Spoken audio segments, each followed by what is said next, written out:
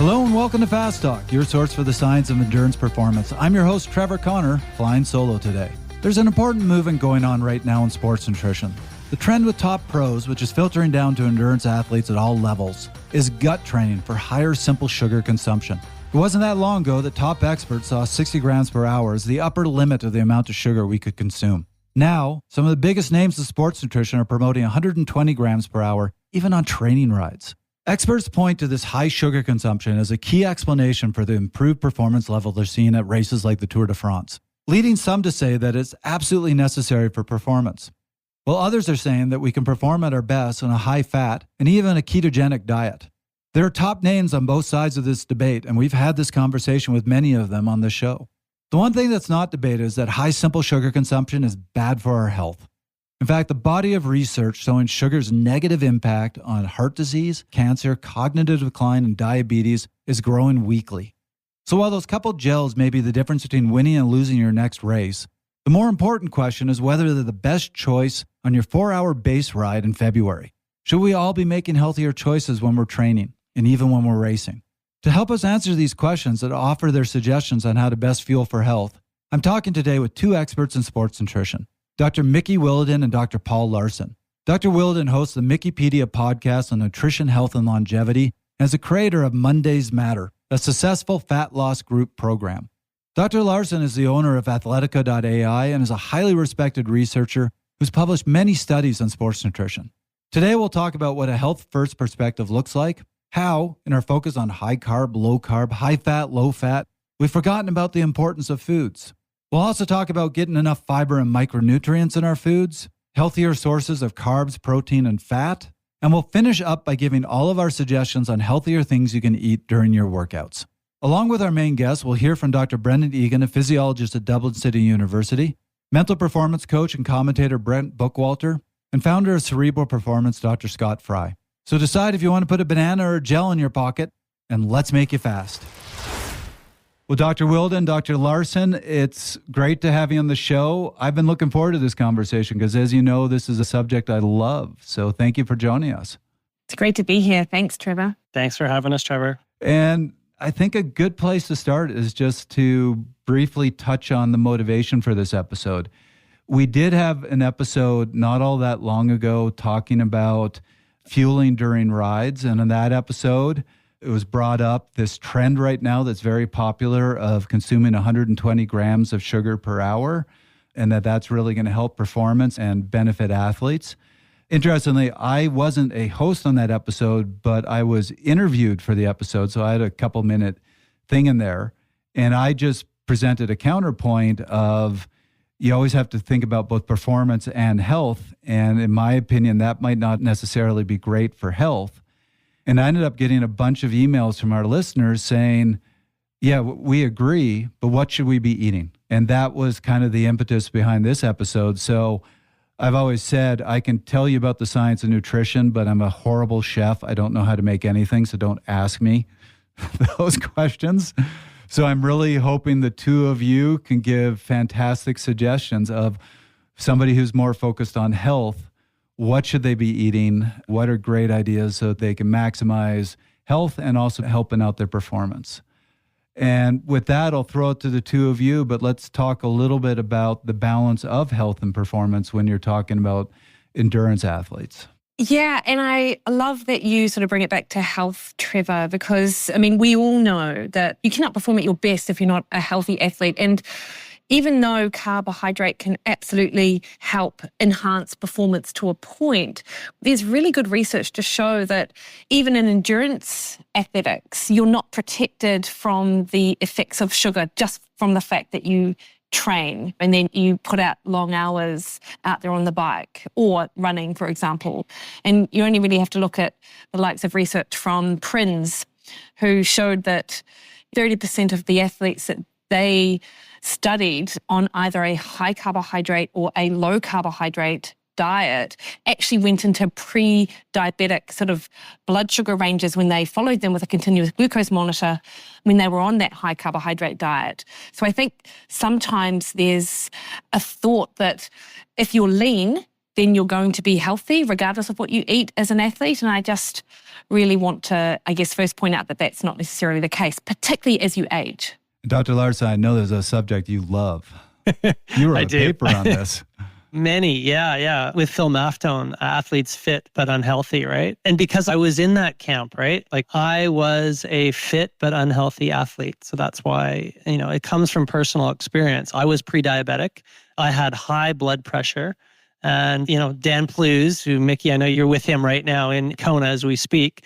The two of us working at High Performance Sport New Zealand, we would rock downstairs in the Olympic Center and we would get our long flat white coffee with 2 sugars and a nice sugary muffin. And that would just kind of be like the way we sort of started things. And that was about the time when I started developing high blood pressure and went through my whole, I've spoken about it in a previous episode with Trevor, but went through that whole process and reversed that. That's the great news, is even though if you are pre-diabetic, this is what the PRINS study showed, is even after a month of on the low carb diet, the pre-diabetic situation in those 30% was reversed. It comes off real fast, which is kind of cool. But I could not outrun my bad diet because, I was training the house down with Dan at that time and it kind of didn't matter. And this was as I aged.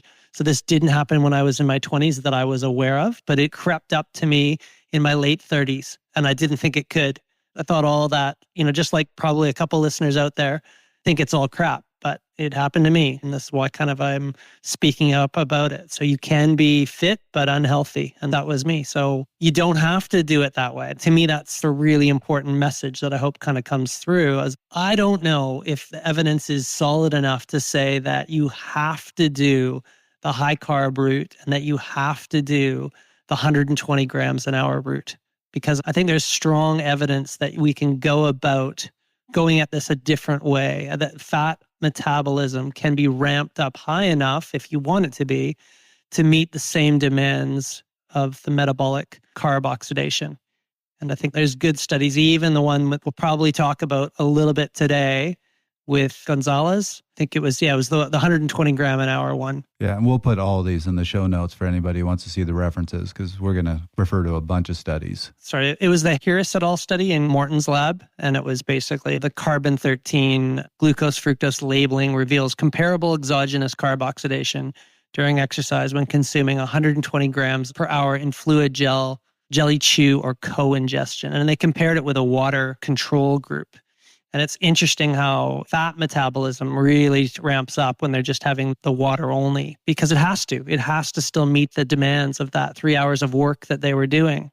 And when, in the 120 grams an hour situation, it's just masking that and it's replacing it. So it's interesting. But we are sort of blinded to think that we've got to do it this way. I just don't think we have to. Do you think, Paul, and I wonder about you, Trevor, as well, that whenever you talk about low carb, people think you're being extreme? Because I get this a bit. Like when you talk about low carb, people immediately sort of think, oh, you must mean 20 grams of carbohydrate or less a day. They're not putting low carb in the context of an athlete sort of lifestyle because it is really different. When I talk about low carb with my athletes, they could still be consuming on a day 150 grams of carbohydrate because they have done quite a bit of training or whatever. They're still in a state that allows their fat metabolism to be upregulated, which is quite different from, say, someone who might be lightly active and won't be out exercising for 2 or 3 hours. I think people misunderstand what we mean when we talk about low carbohydrate in athlete context, which is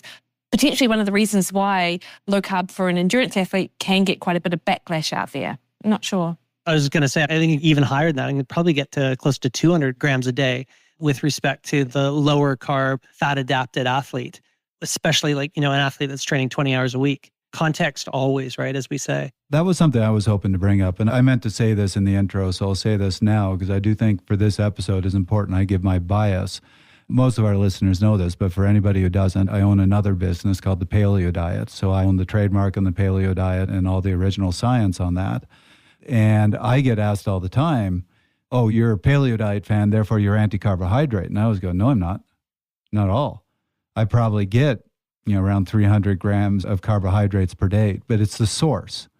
I don't eat the goos and the gels and things like that. I eat fruits and vegetables. And everybody goes, there's carbohydrates and fruits and vegetables. There's this mindset that the only sources of carbohydrate are bread and gels. And there's a lot of very healthy sources. And that's one of the things I'm going to really talk about in this episode of you don't necessarily have to be anti-carbohydrate. And Dr. Larson, I know you're going to bring up some great evidence about actually you can perform very well on a ketogenic diet. But if you don't want to go there, you can get sufficient carbohydrates just eating much better sources of carbohydrates. Absolutely. Well, I think you can definitely do it just on more of a whole food approach and just take the whole, if you're downplaying it because it's a potential fad diet, just take that all out and just go more whole food source. Just like you're saying, if you do that, you're getting a slow carb kind of approach and it totally changes the game because I know counter to others that have potentially spoken on your podcast, Trevor, there's sound evidence for the damaging effects of that sugar.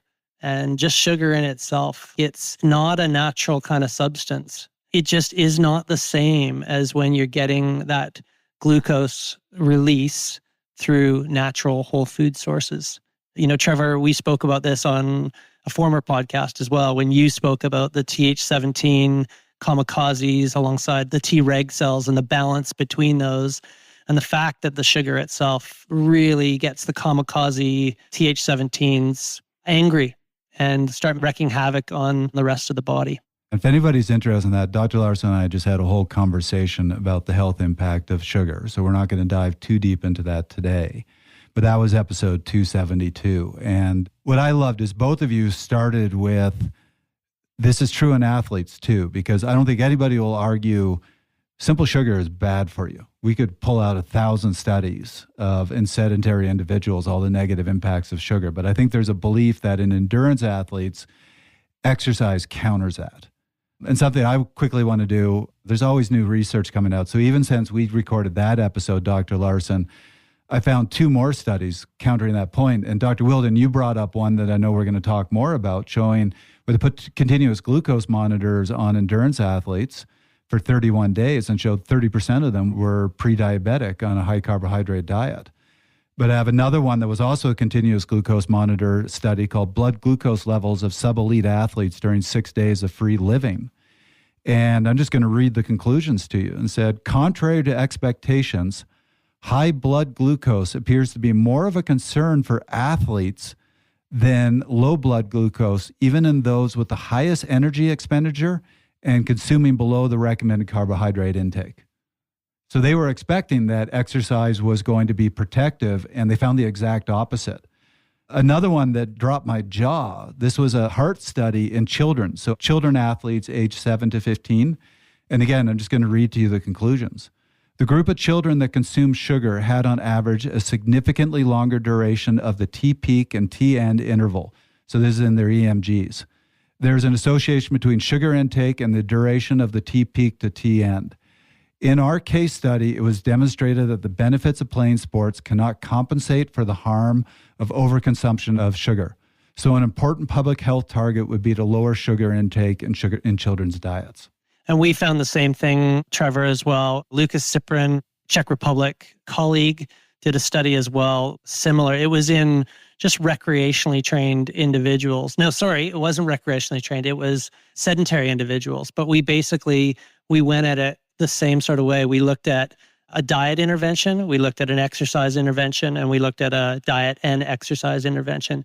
And it was only when the diet kind of came into play where we actually found reductions in all of the health-related markers or improvements in the health-related markers. The exercise, as vigorous as it was a HIIT protocol. It did nothing. It was right across the board. Everything was the same as the control group. So again, to back your point, we also found that you couldn't outrun the bad diet. So, and again, the diet is so principal to the health in terms of what I'm seeing.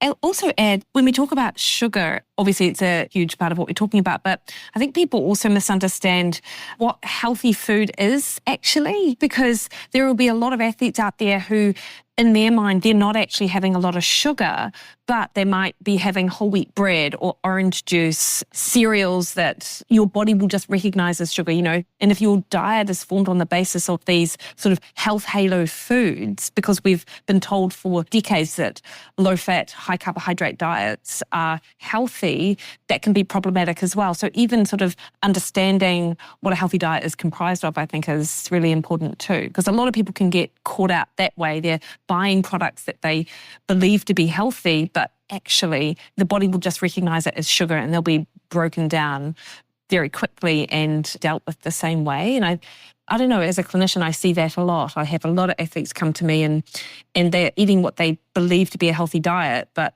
in addition to it being more carbohydrate than what I might recommend, they're also missing out on a lot of other nutrients that are really important. Because whenever we eat, it's opportunity cost. Whatever you choose to eat, there's something else that you're not eating. And if we follow the typical recommendations for an athlete with that real focus on even quote unquote good carbohydrates like breads and pastas and cereals, etc., you're just missing a ton of other nutrients that we really need for our immune system and for repair and recovery and things like that. I love that you brought that up because that was literally going to be my next question. Because when I put together the outline, you reached out to me and said, hey, you're simplifying this down into carbohydrates, protein, and fat. And I kind of cringe because I often talk about that. I'm like, we can't do that simplification. I don't always like that we break diets down to high fat, low fat, high carbohydrate, low carbohydrate. And then we group all foods into carbohydrates, fats, and proteins. So meats are proteins, breads are a carbohydrate.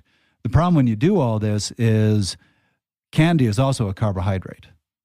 Broccoli is a carbohydrate. And so when you just talk about high carbohydrate, low carbohydrate diets, you're kind of lumping candy and broccoli into the same category. And nobody would go, they're equally as healthy. Nobody would equate those two things. So have we made a mistake that we're getting away from just talking about foods and what foods are healthy for you? Probably, yeah.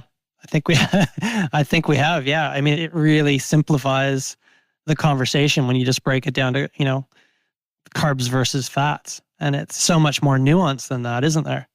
Like you've just brought up. The micros are so important. I've really understood that as I've gone down the health thing. Like it's what is coming with this carb dominant food that's coming into me? Well, what are the micros that are coming with that? Or same with the protein content, right? Like, so with this protein dominant food that's usually like a meat, what is the micronutrient makeup that I'm going to get? And how's that going to affect my health? That's been everything for me. And that's totally changed the way I've thought about the food sources that are sitting in front of me. That's totally how I think when I go to fuel myself. I'm like, is that going to be a source of the micronutrients, the vitamins, the minerals, the phytochemicals that are going to go towards fueling my mitochondria to produce energy efficiently? And I similarly think a lot about it. And this is a slight tangent, and I know you can absolutely have a healthy vegetarian diet, but I often think about these things when in sort of social media and public health space, this push towards a vegetarian diet means that many people who are health conscious will be trying to further reduce their intake of animal protein, which is just a fantastic vehicle for zinc and iron and carnitine and cholesterol and creatine and these sort of what we call zoo nutrients, notwithstanding, of course, B vitamins and things like that, which you also find in meat. And a lot of athletes are health conscious as well. And so they'll be trying to sort of do their best on that front. And I just think there are a lot of mixed messages out there as to what truly is a healthy diet, which is why I am a big fan of, call it paleo, call it whole food, just a diet that's appropriate to eat. Again, I wasn't planning on bringing up the paleo diet except to just express my bias. But when people ask me what is the short version of it, I say it's eating just natural, less processed foods. That is it in a nutshell. And you look at the science, it backs that up. Those are the foods that are more nutrient dense, where you're going to get all the micronutrients that you need. I personally don't actually care that much about macronutrient ratios. Yeah, same. I know. I think I probably, and maybe Mickey's the same, we might have this keto or something that kind of, it follows us around because maybe we've been there for a time. But I know I've come a little bit more centered, but with the focus just on the whole food, and the body is amazing, or it just kind of figures out the rest. If you can at least give it natural sources. Did this come from Mother Earth some way? And is it as low processed as possible?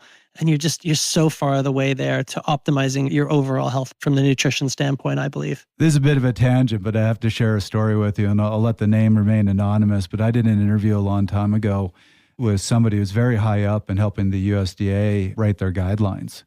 And she was very critical of us. So I got her on this interview and had a conversation. We spent an hour agreeing on everything. She was talking about micronutrients, what you just said, that being vegetarian is actually very difficult. It can be done, but you get a lot of great nutrients from meat. We were agreeing on all these different things. And I finally just said, where do you disagree? She goes, you don't have a macronutrient ratio, and I can't take a diet seriously if it doesn't have a macronutrient ratio. And I just went, that's really interesting to hear in the nutrition science world, that's how focused we are on the macronutrient ratios. That's interesting. And I feel like, as Paul mentioned, like we've gone down the rabbit hole with keto diets, and you sort of almost come back to the center. In all honesty, where I've sort of landed is probably with the needs of what I see most is actually focusing more on making sure people are getting their protein, actually. You know, all this talk of carbs and fat. And I mean, everyone's talking about protein now, actually, so it's a little bit boring, but that's where I see a lot of athletes, particularly if they are calorie restricted, because I do still think about calories for them, because, you know, that's still is an important piece of what goes on in my mind. It's not necessarily the conversation that I have with my clients, but it's things that I'm thinking about. But it's making sure that they're getting enough protein at the right times. That's something which I focus a lot on. But I'm not necessarily talking to them about macronutrients per se. I'm just talking to them about food. And, you know, how do you actually meet the recommendations with the food choices that they're consuming? And actually, so just something to throw at you as a thought, since you brought up the protein, a study I just read last night that I'm still processing. It's a really good study. It was called Fueling Gut Microbes, a review of the interaction between diet, exercise, and gut microbiota in athletes. And what they did is they looked at the impact of different types of carbohydrates on the gut, different types of fats, and different types of protein. And something that was very interesting was when they looked at protein powders tended to have a very negative impact on the microbiota, where natural sources of protein seem to actually have a very beneficial effect. So there's another case of just talking about protein versus what are the sources of those proteins. You're missing some of the picture. Yeah. And what do vegetarian athletes normally have to do? How do they get their protein? Often from the powder source, right? If they're supplementing. The really good ones do their research. They know about the right types of beans to eat. I mean, it's actually very difficult to get the right mix of amino acids, but the ones who do it well know the foods they need to eat. Let's take a minute and hear Dr. Egan's thoughts on performance versus health nutrition. Yeah, I think it depends on how much emphasis is placed on competitive performance and nutrition around performance, as opposed to the broader picture around, say, the adaptation to training and general well-being. So if we just took a broad brushstroke in terms of needs as we get older, there's obviously a greater emphasis on protein intake now in recommendations for older athletes, including a masters athlete. So if we kind of continue the traditional model of where there's this very large emphasis on carbohydrate, and perhaps, you know, I'm not saying everyone is like this, but some people don't care about the quality of that source, you know. So even though most broad guidelines would say don't rely too heavily on very sugary foods, a lot of athletes fall into the habit of relying on very sugary foods. I think it is easy to talk about focusing on performance, hitting targets, doing what athletes do, but that can be at the expense of, in this case, maybe inadequate protein intake or poor food choices from a quality point of view. So I think it's sometimes worth asking, what is performance as we get older? Okay, there's obviously the medals and the wins and so on. But if it's at the detriment to health overall or in the longer term, then I don't see the logic. But there are many athletes who push performance ahead of health. So this has been a problem for quite some time. I don't think we'll solve it with one piece of advice, but I do think that the messaging around health as we age, as opposed to still being that athlete, you know, getting all that sugar on board, I think that there is a change we can make there. So let's shift gears a little bit, and now let's frame this in the context, and I'm just going to throw the big question at both of you. We're talking now to endurance athletes. We're talking to people that are sold on, yes, I care about my performance, but I care more about my health. And look, all you care about is performance, and you are, no, I just need to cram 120 grams of sugar down my throat every hour. We actually have a couple episodes that we did with Dr. Eukendrup, and those are episodes 83 and 150. Please go ahead and check those out.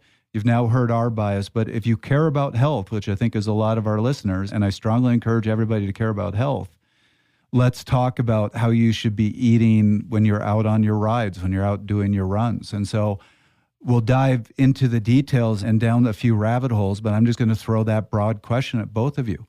What are your broad recommendations? Maybe I'm going to start a little bit, if you don't mind, Mickey. I just want to lay a little bit more science out there, and then I'll pass over to you for some practical recommendations. But I want to go back to the study that I just mentioned. It was the 22-23 paper by Harris et al. And I started talking a little bit about it, but it's basically where they were looking at the gels, fluids, jelly chew or co-ingestion at 120 grams an hour, right? So let's just call this as the new gold standard for how you fuel your carbohydrates.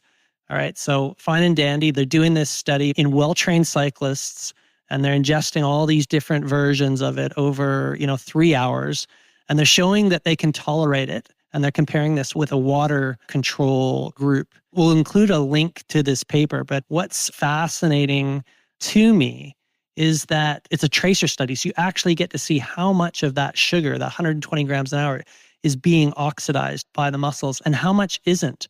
And the long and the short of it, if you actually go back and do the analysis, is that you find out that there is, after about 3 hours, there's 360 grams that are ingested, right? 120 grams an hour, and 219 of that is actually getting oxidized. So 39% is unoxidized. It's left in the system. Now, what happens with that sugar? Where does it go? It basically winds up hanging out somewhere in the bloodstream.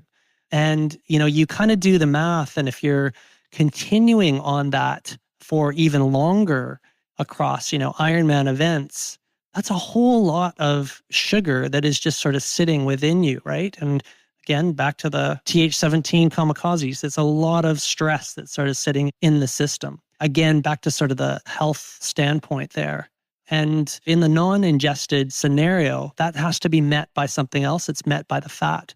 So my bias is that if you're caring about your health, maybe you want to consider a different way of going about things, because there's problems with this too. Now, this is where I've taken a lot of elite athletes who've come to me, and they come to me with a debilitating situation from Ironman. They're bloated. That carbohydrate is sitting and hanging around in the gut. And there's a fermentation process that actually has to occur. And they're actually not dropping out because they can't exercise. They're dropping out due to pain in their gut. So, and that's commonly reported in the literature as well. So it's a real performance issue sometimes at these really, really high rates. And this is often in the aging athlete. A lot of Ironman's athletes and others want to continue to kick ass through their 30s and into their 40s and even 50s. And that can be a real issue there. Einstein or someone said the definition of insanity is doing the same thing time and time again and expecting a different result. So you might want to switch things around and maybe go to some alternate ways. And that is becoming more fat adapted, less reliant on that 120 grams an hour philosophy, bringing that down more to 60, and then maybe choosing some alternate strategies of fueling that I'll hand over to you with, Mickey. Before you jump in, I just want to quickly read something, because that microbiota study that I just cited quite literally answered your question of what happens to all that sugar. So I'm just going to read this. Athletes focus on maximizing glycogen storage may ingest high amounts of carbohydrates, but avoid non-digestible carbohydrates and fiber. Evidence, they didn't say fiber, but I'm adding that because I talk more about that later. Evidence suggests that a high carbohydrate, low fiber dietary pattern has detrimental effects on intestinal health and microbes, including altered intestinal transit times, a loss of bacterial diversity, and reduced SCFA production. And they go on to talk about basically those carbohydrates ferment in the gut. They increase intestinal permeability, and they really inflame the gut-associated immune system. There's the answer to your question. And sorry to interrupt you, please. But I mean, like Mickey's in Kona right now. She's about to watch the Ironman over the weekend. And I guarantee you she'll be out there and she will see a very large number of athletes that are keeling over and they're holding their gut. And it's because they've got too much gas in there ultimately because they've been doing this all day long. And it's a real problem. And it is a reason why many will drop out or at least not perform to their optimum. So it's not making this up. And there's such a difference as well, Paul, between what you can study and how that translates into the real world as well. So a long duration study is 3 hours, as you just mentioned. Yet people are out on the bike in Ironman for like 6 hours, maybe 7 hours for some, and the entire race for some people is like 12, 13, 14 hours. Like you cannot expect your ability to digest carbohydrate in hour 2 and 3 to be the same as what it's going to be in like hour 12 and 13. It's just fatigue, intensity, palatability, so many other things to consider in the latter part of the race and I feel like this is a point that's not acknowledged by so many people out there saying 120 grams of carbohydrate an hour is A-okay. And for what it's worth, I do think there is a difference between those in the elite end of the sport versus even those who are competitive age group athletes. Like, to be an elite sport like Ironman or cycling or running, I just think it takes something different, whatever it is.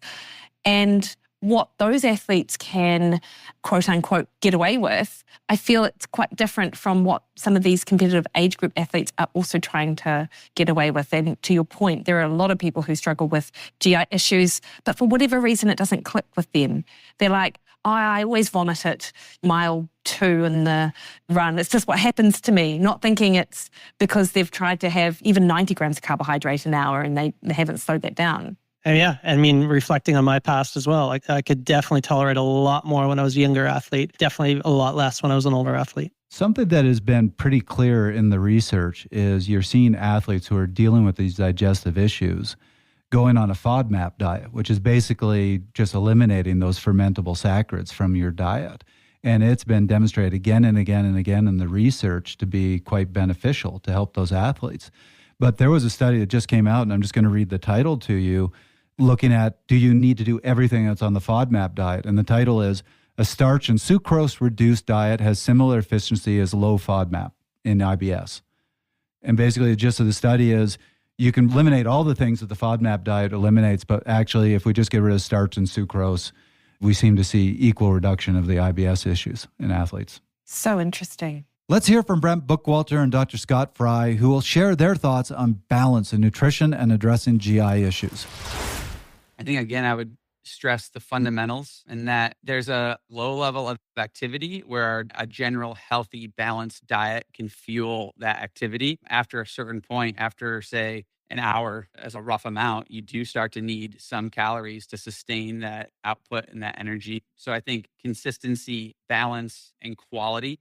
I think real food can be used for on-the-bike training, especially for general health purposes. We don't need a super high density 100-gram of carbohydrate drink in your bottle that costs $5 at the store, or a bunch of crazy gels, especially when you're exercising at sub-maximal intensities. You can consume real food that comes from the grocery store and maybe doesn't even come out of a package and be completely healthy and also perform well. What would be some good real food?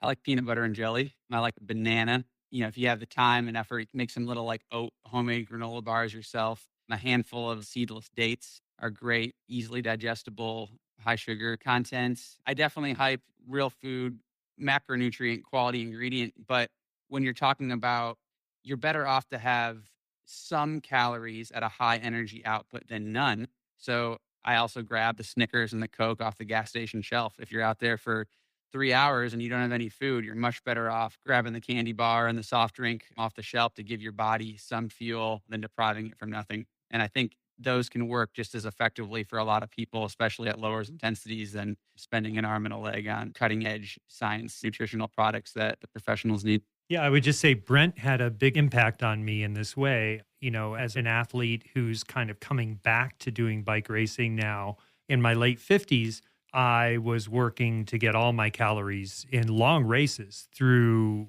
bottles and gels, and having just all these GI problems after races, being really miserable. And this spring, Brent said, I think you should try some solid food, which seemed completely counterintuitive to me because I kept thinking I had to make it simpler and simpler and simpler. It was a godsend. The last 3 races, I have not felt that good after a race in decades. So what other general recommendations would you make for athletes focused on health? I'll just sort of talk you through how I work with my athletes with their training because, not all training cycles is the same and then not all sessions are the same either. So I really focus on a sort of more carb appropriate approach, if you like. So if you do have higher intensity sessions, for example, across either a week or a training cycle, then maybe we do bring in a little bit more carbohydrate in that instance for those sessions. But otherwise, I try to work with my athletes and get them sort of focused on upregulating their fat metabolism and focusing on calories that don't necessarily come from carbohydrate for those long duration sessions or those easy training sessions. And to Paul's point, I can't recall a time when I would have recommended an athlete go above, say, 60 grams of carbohydrate an hour, or sort of depending on where they start from, but that would probably be a max of what I might recommend an athlete as well. Yeah, and I think you raise a really important point. I know we're kind of going all over the place, but that periodization of carbohydrates across different sessions in the training periodization or happenings across a training cycle, that's really important. And I've had Christian Meyer and Swain Tuff on my podcast before. I know Trevor knows these guys as well. And they're really interesting how they've kind of also gone through this whole process of discovering that too much carb, sugar all the time was not necessarily a good thing. They just couldn't sort of sustain it. And they really needed to have more fat in their diet. And then they shifted over to more the keto low carb approach. But then again, and year after year, I've actually got a really cool blog, and I'll include that in the link. We actually got their power profile data across various different years. And this was measured by their physiologist as they're across various different teams, Orica Green Edge. And, actually showing that once they finally switched to a periodized program with more of an LCHF kind of focus, they actually didn't go down too much as you'd expect. But the real major gain that they got in their training was when they did what Mickey's sort of talking about, where keep the low sessions low and keep the high sessions a little more high. And that's when they got their biggest outputs across their power profile. So that was pretty cool. Sorry to interrupt there. Dr. Wilden, to your point, and I'm sorry I'm being heavy today on reading out of research studies, but there are so many good studies out there.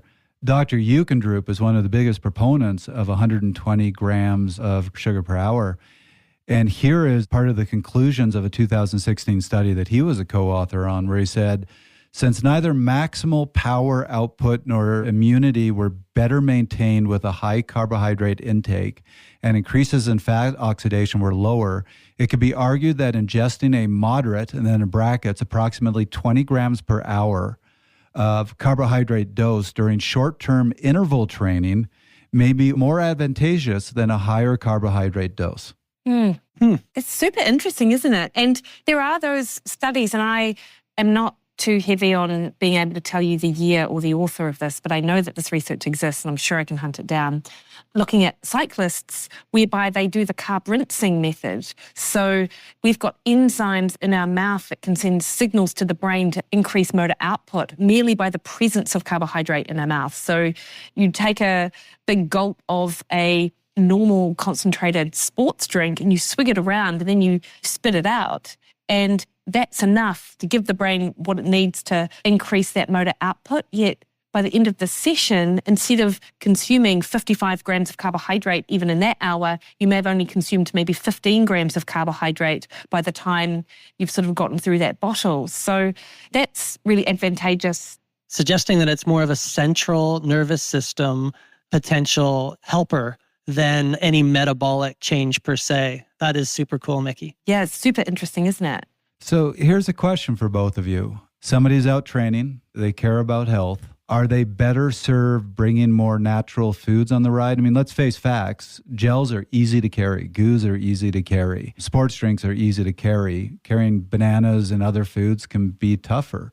But is it worth it? Is that what you'd recommend, or is there a third option here? For me, it's definitely stay away from the gels on your training. Go the small extra step to get that banana, or could be an apple, could be anything. Could be like, a handful of cashews. There's lots of athletes that even make their own sort of coconut bars and these sorts of things with various different natural substances. They make their own. That's, to me, the better strategy. So as much as you can kind of gravitate in the here and now when you're out riding, that's better for me than going the lazy route and supporting the gels. Again, you're just going to get sugar into the system. And we've just been through the health consequences of that.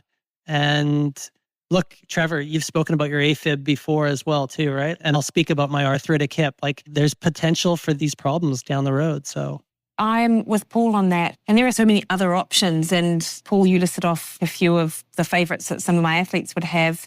But even, I think it was Alan Lim. And I don't know how either of you feel about Alan, but he's got like a whole recipe book on like rice balls even, which may or may not suit some people. But it's a pretty cool concept of, you could do savoury, you could do sweet, just putting together some rice and avocado or whatever and going the extra mile in that regard. You've also got nut butters like Justin's nut butter. Here in New Zealand, we've got Picks, peanut butter slugs. To my mind, it's a calorie and a hunger issue when you're out on a long ride more than anything. And I don't think you need to avoid carbohydrate completely. But I think that getting those calories on board is, for some athletes, as important. And what I will add is that with those sports gels and sports drink, often athletes don't either tolerate the fructose that is in there or maybe the maltodextrin even with some athletes. So if I am after sort of quick carbohydrate, I don't know how either of you feel about this, and I have an athlete who has a really sensitive stomach, which might then mean that they're unable to have a ton of actual real food, then for that quick carbohydrate hit, often I get them to put just glucose in a small bottle with a little bit of salt, and then they put a bit of water, and it's literally what they have, and they're just doing small amounts, like small sips of that, not unlike what we were referring to with that carb rinsing, but that's giving them the carbohydrate their body's just going to use in the moment, so they're not having to deal with the fructose or the maltodextrin. And it's super easy to do. You can buy glucose powder from the supermarket. That is straight carbohydrate, of course, and it is straight sugar, but it's in small amounts that they're using at the time, and it's not necessarily the only thing they're doing, depending on that session. Yeah, well, there's a theory. Again, there's so much we still don't know, right? But I know Tim Noakes, and I know he's really having a good look at a new theory around the fact that really, for any given individual to perform at their best across an endurance or an ultra-endurance event, first of all, they've got to train for that. But second of all, in terms of their performance optimization, they really need to have a maintenance of that blood glucose. The blood glucose needs to be stable, homeostatic for whatever set point is for them. He's amounting this pile of data, I know right now, that's basically providing a really good argument to the fact that time to exhaustion, or when you'll actually stop and fatigue, very much relates to when your blood glucose level drops below the set point that you cannot tolerate. Now, in a fat-adapted ketogenic athlete, I've worn continuous blood glucose monitors, and now in my keto state can be down as low as 3 millimoles. Normal is at 5 millimoles for reference. But it's just whatever normal point is for any given individual. And if that theory is right, you really just have to do whatever you need to do in terms of an ingestion to keep that level normal. And yeah, probably, solve any hunger issues, like you said, Mickey, that are kind of going on as you go through your event. We're all individuals. We're all going to have to work towards developing our own strategy. The simple one is certainly to go to the gel, but if health is paramount, I think investigating natural sources for you to be able to control hunger and maintain blood glucose is a really good way to think about it. I will add that what you do outside of training really impacts how you go in training as well. Like if you're going to have 2 slices of toast with jelly or jam and orange juice before you go out on your ride, then you're more than likely going to experience that low blood sugar that Paul was just referring to a lot earlier, and then have to dig yourself out of that low blood sugar hole. So one of the strategies that, of course, I get my athletes working on is not necessarily fasting, but fasting from glucose before training those long sessions as well. So you start training and you're having scrambled eggs, peanut butter, avocado, something like that. The number of calorie or the size of the meal is really athlete dependent, but they're getting on protein, they're getting on fat, and then they're beginning their ride. So they're not waiting to fall off this glucose cliff the way that they otherwise would if they were to have Rice Krispie cereal or toast and jam, which I was referring to. Yeah, because don't forget the physiology on that, right? You ingest a whole bunch of glucose before you go out, and insulin has to follow because we need that central insulin hormone to be able to store that carbohydrate glucose bolus into your cells. And then, of course, if that insulin kind of hangs around a bit, it's going to keep dropping it. So to Mickey's point, you're going to, potentially could have a fall in the 30-minute period, and then you're chasing it with gels basically all the way. And it's not a sustainable strategy. And I think this is exactly what I do with my athletes as well. And it's being really sensible about the pre-exercise meal. Let's give us something that is going to slowly release the glucose from the liver. That's the job of the liver, gluconeogenesis, out into the system for the duration of that training exercise so that that glucose is stable. You don't want big spikes and falls in that glucose. It creates a real unstable system. And yeah, it's just not conducive to an optimal performance. And not only that, but it's post-training as well. What you've just described, Paul, the difference in how the athlete feels post-training really makes a difference, because if you do have that roller coaster glucose experience, then you feel more exhausted, you have more cravings, and it's harder to recover. Whereas if we're able to keep that blood sugar stable, you come in from training, feel a little bit fresher, you have a meal post-training that incorporates sweet potato or rice or fruit alongside whatever else it is that you're having, and you just feel better across the day. And I think a lot of athletes think that feeling exhausted is this inevitable part of just being an athlete, whereas I do feel like a lot of these issues are driven by what's occurring sort of pre and during training as well. Yeah. And I'm sorry, Trevor, I know you've asked us to sort of focus on the actual exercise itself, and all we kind of keep doing is going back to everything around the exercise and just how important that is and how that's going to set you up to empower you to really be more free of any influence on these sorts of things, relying less and less on the 120 gram per hour push. Well, to back both of you up, and I did warn everybody that we're going to have lots of references for this episode. I have seen multiple studies, and I'll put them in the show notes, showing that eating a higher carbohydrate but low glycemic diet can mitigate a lot of these negative effects that we're talking about. And so that's getting your carbohydrates from fruits, vegetables, sources like that. And Dr. Wilden, the breakfast that you just described, I mean, that's a glycemic load bomb. That's absolutely going to spike your insulin levels. Another thing that I've seen in multiple studies is they talk about free sugars versus bound sugars. And this kind of answers the question of, we're constantly hearing that fructose is bad for us, but we're told an apple keeps the doctor away, but apples are higher in fructose. You don't see quite the negative impact of eating an apple that you see with just unbound fructose, because the fructose is bound in the apple. Those are important things. And when you're talking about a lot of what we think of as ride and race food, that's just all high glycemic index, unbound sugar. This is a good place to hear Dr. Egan's suggestions on what we should focus on eating when health is a concern. Any practical suggestions on changes they could make? With older adults, regardless of whether they're a master's athlete per se or whether they're just someone who is involved in exercise, the guidelines now are emphasizing around 1.2 to 1.5 grams per kg body mass of protein. So to translate that into average numbers, it's usually somewhere in the region of 100 grams per day for the average person, maybe a little bit more. The reason I bring that up is because, again, traditionally endurance athletes have not really had an emphasis on protein in their diet. It's become more widely acknowledged that they do need more protein than the average member of the population.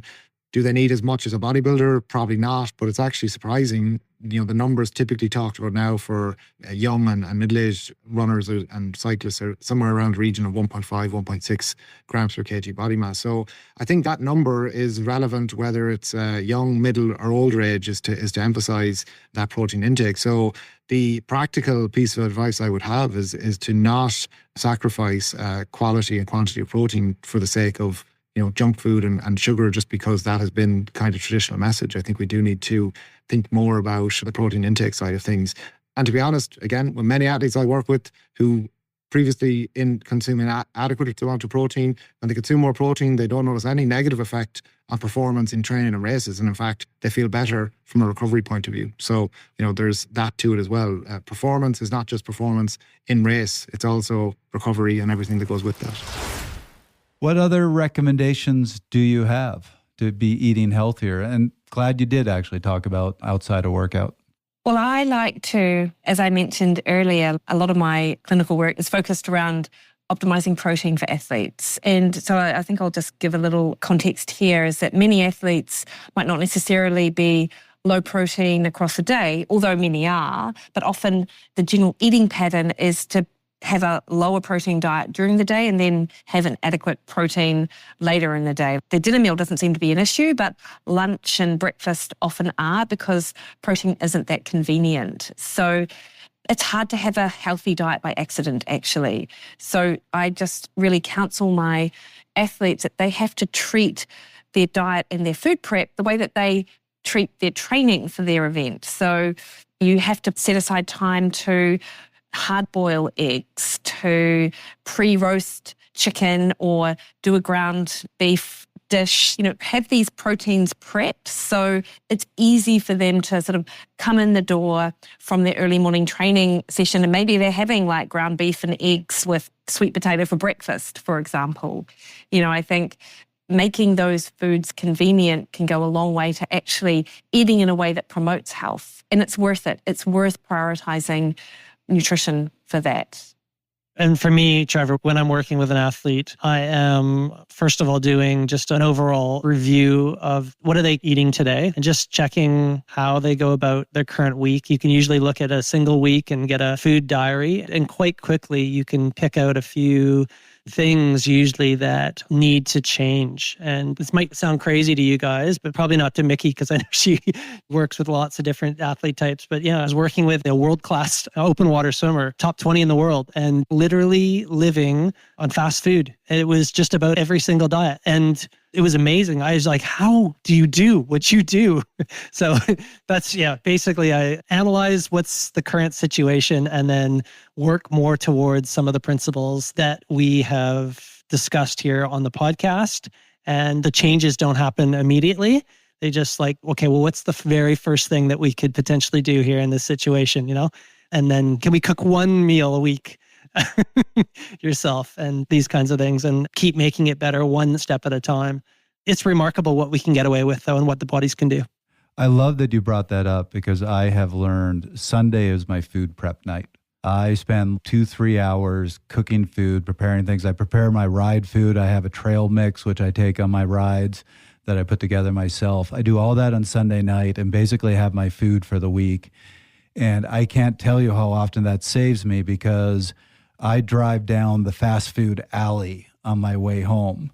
And if I'm leaving work at 7 o'clock at night and I know that I don't have something waiting in the fridge at home, I can't tell you how often you just kind of look at, well, there's a crappy Thai place. I'll get that. And you're someone who thinks about health as well. I think people underestimate the pull to convenience when we feel tired, despite our best intentions.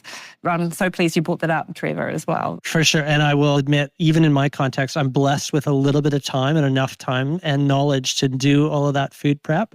But I know that's the reality is that it's difficult to find that time and it's so much easier to go the fast food route. But if you can dial back and find that time in your schedule, I guarantee you it is well worth the investment on your health and performance to learn how to cook, learn the foods that you want to cook with. It makes a huge difference. People feel a little bit overwhelmed at this idea of cooking and food prep if it's really new to them, or the idea of changing their diet can feel really overwhelming. But again, I think it doesn't take that long to steam broccoli and grill a lamb chop. For example, it's a very easy sort of thing to do. And don't look at it as changing your entire diet. I would look at it as just changing a few habits, because if you change those habits around your food prep and having food available, your diet will change really without you even having that burden of, what am I going to do? That's another reason why I bring it back to food prep, because that just changes everything. Look, I will give a suggestion. This is coming from the person that A, has no time, B, is the worst chef on the face of the planet. I can tell you what to eat. Don't ask me how to prepare it because you will be highly disappointed. But that said, I'm going to tell you what I do that works with the very limited time. As I said, Sunday is my food prep night. I turn the grill on. I grill multiple steaks, a bunch of chicken, some pork, and a bunch of salmon. I grill all my meats then, and then some of it gets frozen, some of it goes into my fridge. But then through the week, I would say 90% of my meals, I come home, I put some olive oil in a frying pan, I saute some vegetables, and I mix up the vegetables every time. I have a whole bunch. And look, I frequently just do frozen vegetables. Often they're as healthy, if not healthier, than what you find in the produce section. Then I pick one of those meats, just cut it up, throw it in. And then the way I have my unique meal is picking different sauces or picking different spices. And it takes 10 minutes. It's easy, and you have something different every dinner. I love that. Yeah, me too. It's not 5-star chef, Michelin star type meals, but it works. What I will say, lots of clients that I speak to that sort of get on the same path that you're talking about, Trevor, because we talk about it, they're like, my food's really boring, but then they talk through just what you've described, Trevor, and I'm like, well, are you bored by your food? And they're like, well, no, I'm not bored by it. Then, how is it possibly boring? Because to your point, it doesn't take much to take exactly the same food, but make it taste different with like a Mexican flavor or an Indian spice or something like that. So it doesn't have to be a gourmet Michelin star meal every night of the week.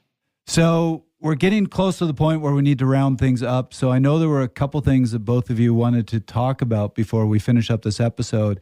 And Dr. Larson, you've been very interested in the high-fat diet. And I know that really got shot down in the research about 6-7 years ago.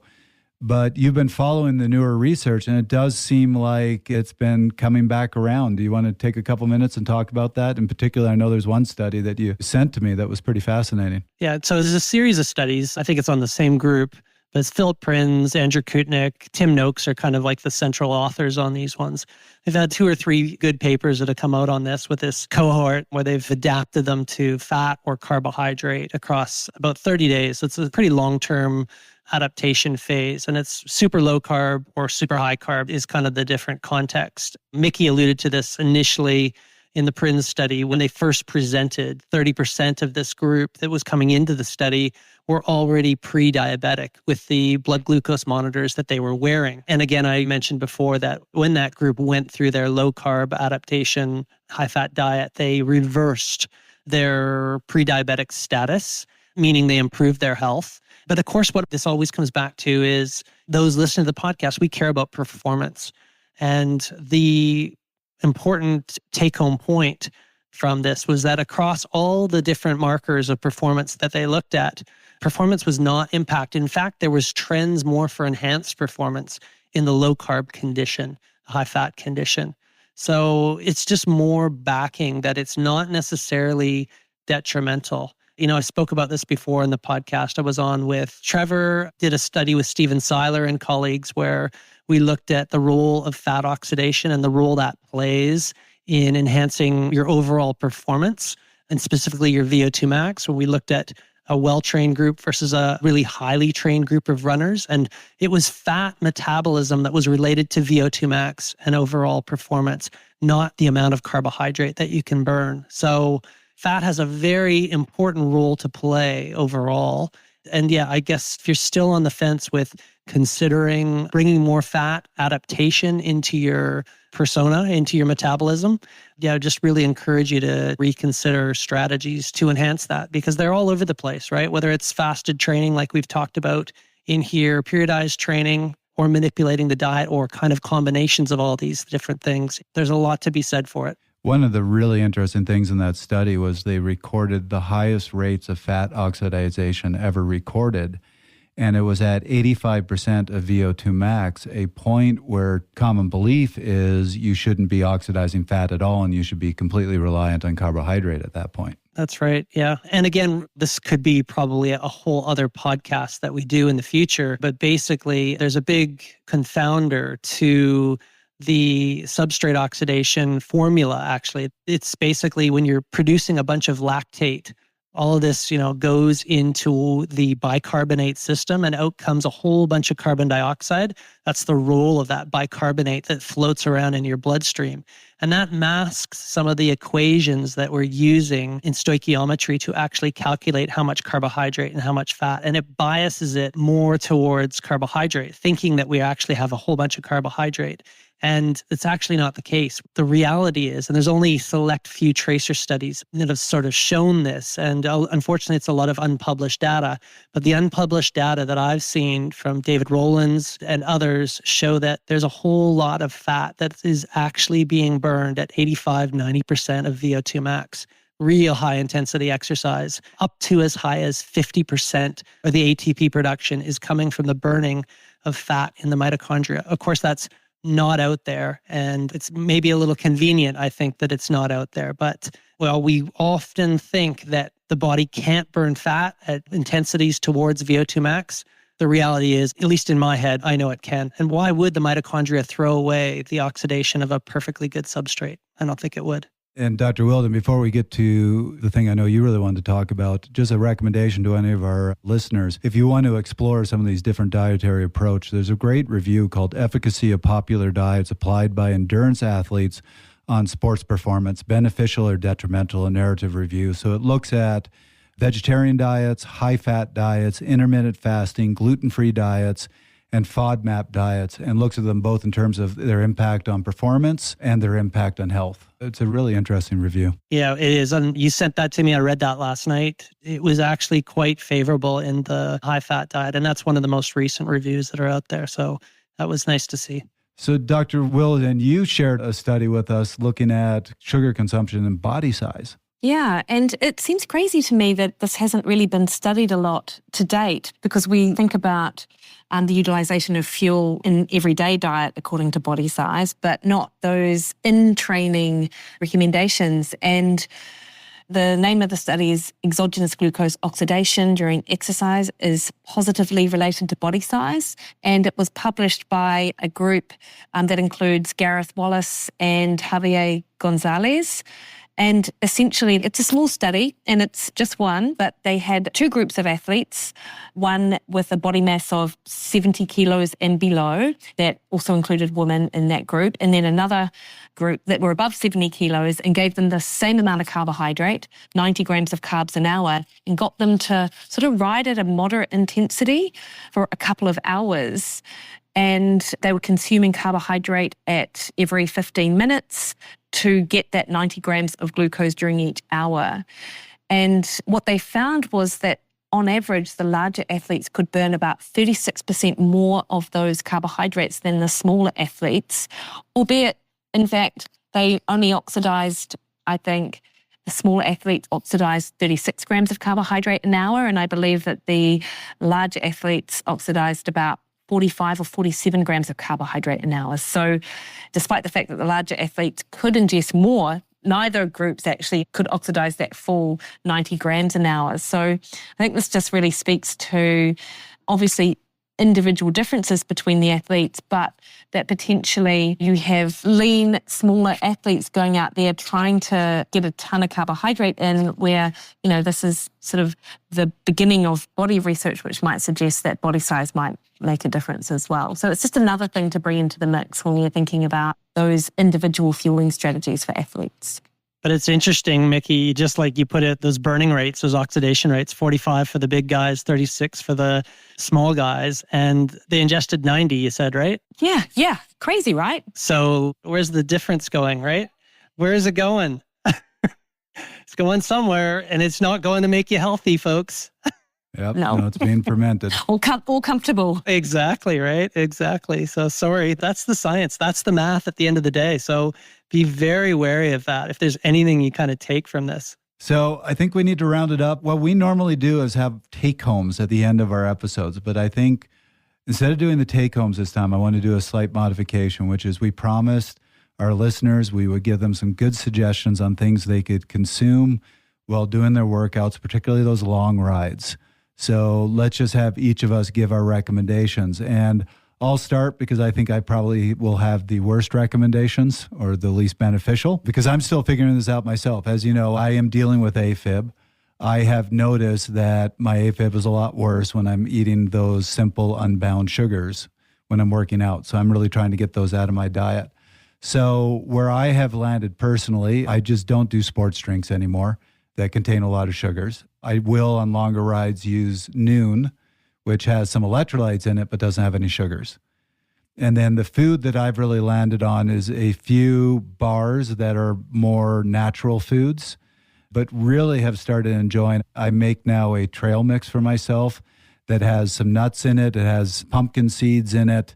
It has coconut flakes, and then I put some raisins in it just to give that little bit of sugar, but it's still bound sugar, and I find I respond pretty well to that. So that's what I've been doing on my long rides, and that trail mix gives me a lot of calories. It gets me through a ride well. Who would like to go next with their suggestions? Why don't I go next? Because Mickey's will be way better than me. She's the nutritionist, but I'll give you what I'm using. And these are on pretty long rides as well. A trail mix kind of thing, almond heavy. It's just my nut of choice. I've got a bit of a nut allergy to some of the other ones. So it's kind of, cashews, almonds. Those are in the safe house for me.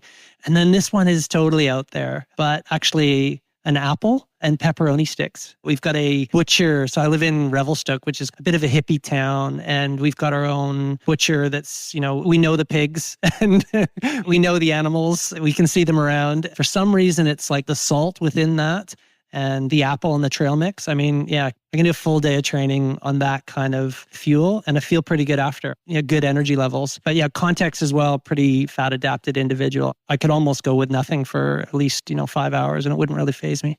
So I love both what you guys suggested are excellent.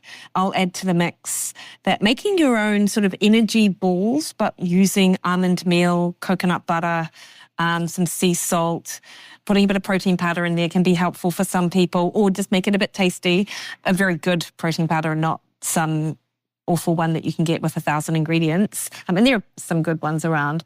So something like that can be good. Some of my athletes have the corn thins, the organic corn thins with like almond butter or peanut butter, and they'll slap them together and chew on that. I mentioned the nut butters and getting the small pouches, like they can be really good for some of my athletes. We have, and I'm sure you have them where you guys are, but pork crack. So pork crackling that you can purchase, and literally it is like there's salt and it's free range pork crackling. There's nothing else in it. And so it's heavy on the calories, it's high fat and high protein actually, and it's salty. So that's really delicious. You mentioned biltong as well, obviously, Paul. And look, I have some athletes who literally boil baby potatoes and put salt on them and take them out. So there's a range of different things that people can try. I've even used a hard-boiled egg a couple times as well. And that's, for some reason, the protein just satisfies me as well. So I know it won't be for everyone, but that works for me. So Dr. Wilden, not to put you on the spot, but would you be willing, you mentioned an energy ball recipe at the beginning. Would you be willing to send us a recipe that we could put up on the website for anybody to download and make? Of course, 100%. Sounds great. Fantastic. As long as you also visit MickeyWillenden.com and join her newsletter. Along with the recipe will be the link back to your website. Amazing. That would be amazing. Absolutely. Well, hate to end this conversation because this is one of my favorites, but hopefully all of our listeners got a lot out of this. I love talking with both of you, so thanks so much for joining us. It was a great conversation, Trevor. Thanks so much for having me. Yeah, thanks so much, Trevor and Paul. It's been great. That was another episode of Fast Talk. The thoughts and opinions expressed on Fast Talk are those of the individual.